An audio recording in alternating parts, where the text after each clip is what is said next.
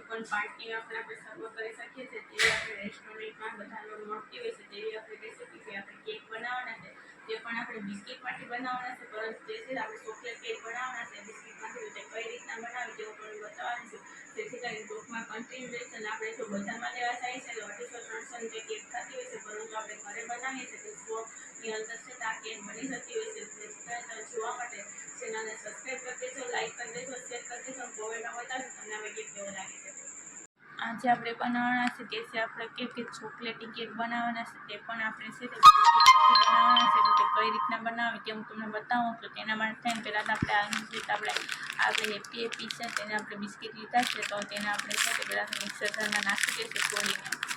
આ રીતે આપણે તેને મિક્સર જારની અંદર નાખી દેવાના છે. અને આ રીતના બધા નાખી દઈએ આપણે તોડીને. તેનો આપણે પાવડર કરી નાખશું.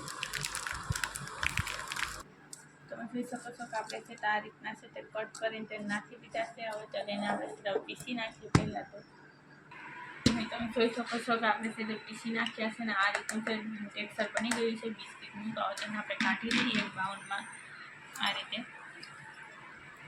હવે છે તે આપણે છે તેને આગળ આપણે કઈ પ્રોસેસ કરવાની છે તે પણ હું તમને બતાવવાની છું. જેથી કરીને બ્લોગમાં કન્ટિન્યુ રહેજો. હવે આપણે તેની અંદર છે તો અહીંયા આપણે ખાંડને પીસીને રાખી છે, તો તે આપણે નાખી દઈએ. તેનો પાવડર છે તે જો તમે જે પ્રમાણે મીઠાઈ ખાતા હોય છે તે મુજબ તમે તેનો પાવડર છે તમે યુઝ કરી શકો છો. એ આપણે છે તે મોટી 4 ચમચી જેટલો છે તો આપણે પાવડરનો યુઝ કર્યો છે.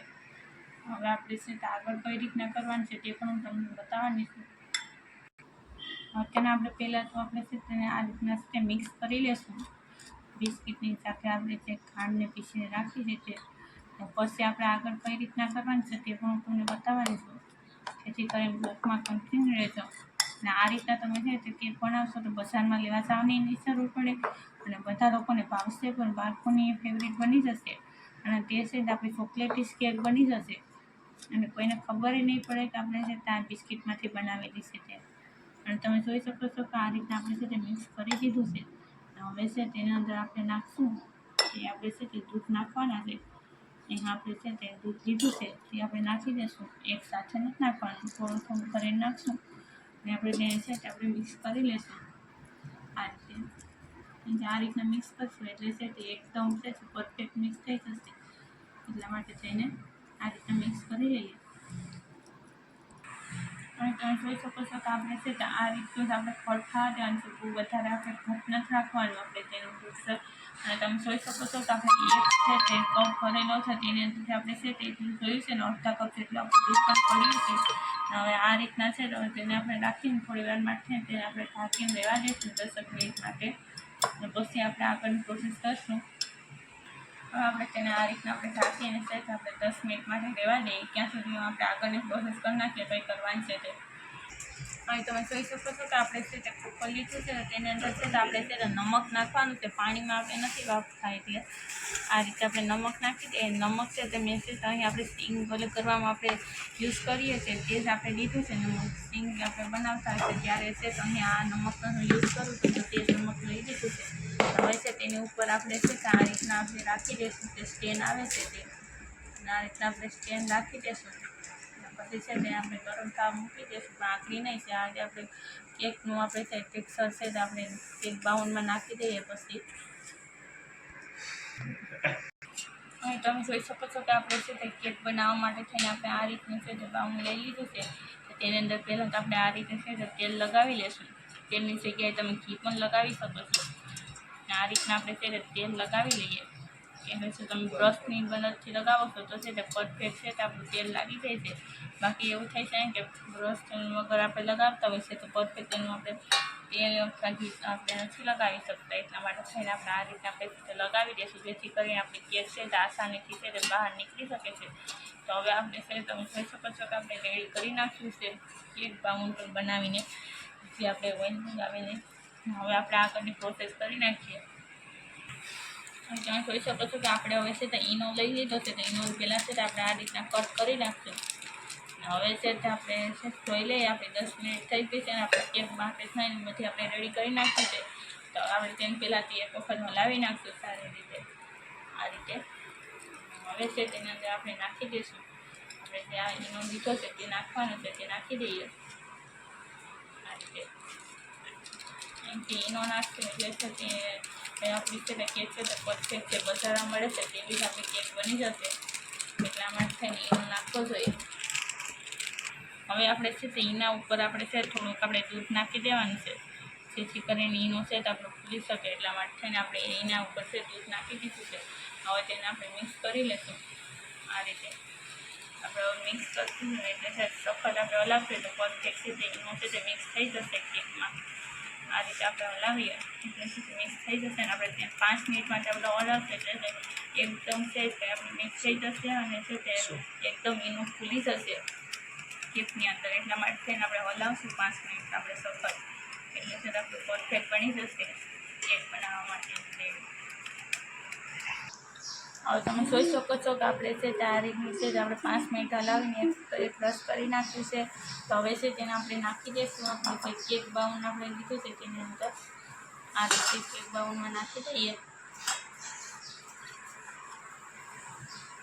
અને આપણે છે તે આપણે આ રીતના આપણે બનાવશે તો બધાને ભાવશે પણ ને આપણી ચોકલેટી કેક બનીને રેડી થઈ જશે. અને આ રીતના આપણે નાખી દીધું છે, તમે જોઈ શકો છો.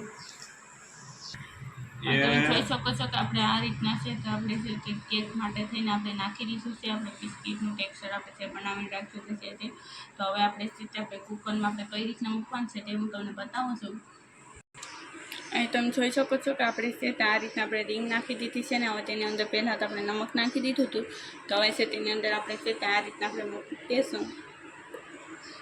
સરખું જ મૂકવાનું એટલે છે તો વાંધો ન આવે. હવે છે તેને આપણે ઢક્કણ પેક કરવાનું છે. તો આપણે છે તો અહીં આપણે છે તો તેની ઉપરથી આપણે રીંગ છે તે કાઢી નાખી છે ને ઉપરથી આપણે સીટી કાઢી નાખી છે.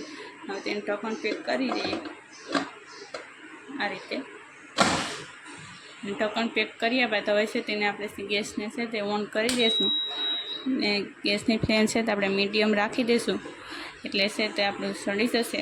તેને આપણે 40 મિનિટ માટે થઈને આપણે તેને રહેવા દેવાનું છે.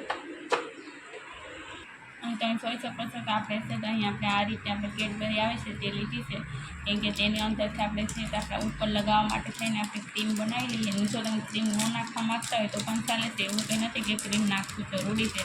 તો તેને આપણે છે તે કાઢી લઈશું બહાર. અહીં તમે જોઈ શકો છો કે આપણે છે તેને કાઢી લીધી છે કેડબરીને. હવે આપણે આ રીતના છે તેને આપણે નાખી દઈશું કટ કરીને. કેમ કે આપણે જો આ રીતે આપણે કટ કરીને નાખશું એટલે છે તે પરફેક્ટ છે તો આપણી ઓગળી જશે, બાકી છે તો ઓગળશે નહીં. એટલા માટે થઈને આ રીતે તે નાખી દઈએ. પછી છે તેની અંદર આપણે છે તો આગળ કઈ વસ્તુ નાખશું કે જેથી કરીને છે તે ક્રીમ આસાનીથી ઓગળી જાય. એટલા માટે થઈને હવે તેની અંદર હવે આપણે નાખી દઈશું કે આપણે નાખવાનું છે દૂધ. તો આપણે દૂધ છે તે નાખી દઈએ. ઝાઝું નથી નાખવાનું, પરંતુ આપણે છે થોડુંક દૂધ નાખી દઈશું એટલા માટે કે આપણે છે તે ઓગળી શકે છે આપણી કેડબરી. એટલા માટે થઈને હવે આપણે નાખી દીધું છે એટલું દૂધ. હવે છે તેને આપણે ગરમ થવા દઈએ. આપણે તેને ઉકાળી નાખીએ. આપણે આ રીતના આપણે દૂધ નાખી દીધું છે ને હવે તેને આપણે છે તો ઉકળવા મૂકી દીધી છે. થોડી વાર માટે હલાવશું એટલે છે તેનો કલર ચેન્જ થઈ જશે અને ઓગળી જશે આ રીતે.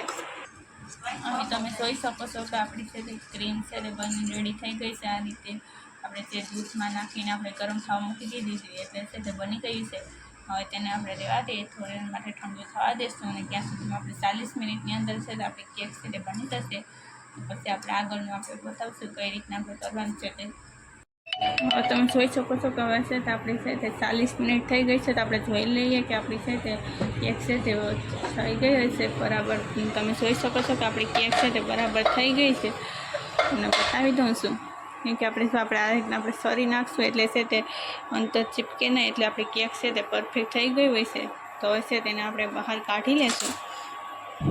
અહીં આપણે કેક બરાબર કાઢી નાખી છે. તમે જોઈ શકો છો ને તેને ઠંડી પણ થવા દઈએ થોડી વાર માટે.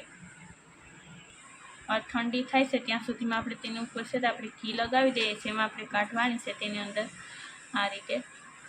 કેમ કે વધારે આપણે નથી લગાવવાનું પણ કેમ કે થોડું ઘણું આપણે લગાવી દઈશું એટલે છે તે આપણી છે તે નીચે ચીપકે નહીં. એટલા માટે થઈને આપણે આ રીતના આપણે ઘી લગાવી લીધું છે. અને હવે છે તો આપણી કેક છે તે પણ આપણે ઠંડી થઈ ગઈ હશે. તો હવે છે તે આપણે છે પહેલાં તો આપણે સરીની મદદથી છે તો આપણે આ રીતના છે તે કિનારીએથી આ રીતે આપણે કરી નાખીએ એટલે છે તે નીકળી શકે બરાબર આસાનીથી. એટલા માટે આ રીતે કિનારીએથી મુઠ્ઠી પાડી દેવાની. હવે છે તેને આપણે પલટાવી નાખશું. આ રીતના કરીને હવે તેને આપણે આ રીતે આમ પલટાવી નાખશું. તેને આપણે આ રીતના આપણે 2-3 વખત કરશું એટલે છે તો આપણે કેક નીકળી જશે બરાબર. આપણે આ રીતના આપણે દબાવવા બાદ છે તે આપણી કેક છે તે નીકળી ગઈ છે, તમે જોઈ શકો છો આસાનીથી. તો હવે છે તેની ઉપર છે તો આપણે આ રીતના આપણે છે તે ક્રીમ બનાવીને રાખ્યું છે તે આપણે લગાવી દઈશું આ રીતે. હવે તમે જોઈ શકો છો કે આપણે છે તેની ઉપર આપણે છે તે ક્રીમ લગાવી દીધું છે. તો હવે છે તેની ઉપર આપણે છે તો અહીં આપણે છે તૂટી ફૂટી છે તે આપણે રાખી છે તે આપણે લગાવી દઈએ. ત્યાંથી આપણે તૂટી ફૂટી છે તે ઘરે જ બનાવેલી છે તેને આપણે છે તે આપણે લગાવી દઈશું. અને તે પણ વિડીયો છે તે આપણે મૂકેલો જ છે ઓલરેડી કઈ રીતના બનાવી છે તે, અને તે પણ હું તમને ડિસ્ક્રિપ્શનમાં મૂકી દેવાની છે. તેની અંદરથી પણ તમે જોઈ શકો છો. અને તે પણ આપણે છે તે આપણે વેસ્ટમાંથી બેસ્ટ એવી જ આપણે બનાવેલી છે તૂટી ફૂટી પણ. હવે તમે જોઈ શકો છો કે આપણી છે તે કેક બનીને રેડી થઈ ગઈ છે. કેવી સરસ મજાની કેક બની ગઈ છે. તો આ રીતના તમે પણ ચોક્કસ બનાવશો. ન હોય તો ચેનલ સબસ્ક્રાઈબ કરી દેજો, લાઈક કરી દેજો, શેર કરી દેજો અને કોમેન્ટમાં બતાવશો તમને આ વિડીયો કેવો લાગે છે તે. એટલે બતાવું છું કે કેવી રીતે અંદરથી કેક નીકળે છે તે. એકદમ સોફ્ટ રીતે આપણી કેક છે તે બને છે. જે બજારમાં મળે છે તે રીતે આપણી કેક બને છે. એટલા માટે થઈને તમે કોઈકના બર્થડેમાં પણ તમે સીધા આ રીતના તમે બનાવી શકો છો. યુનિવર્સિટી છે, મેરેજ યુનિવર્સિટી છે તેમાં પણ તમે બનાવી શકો છો.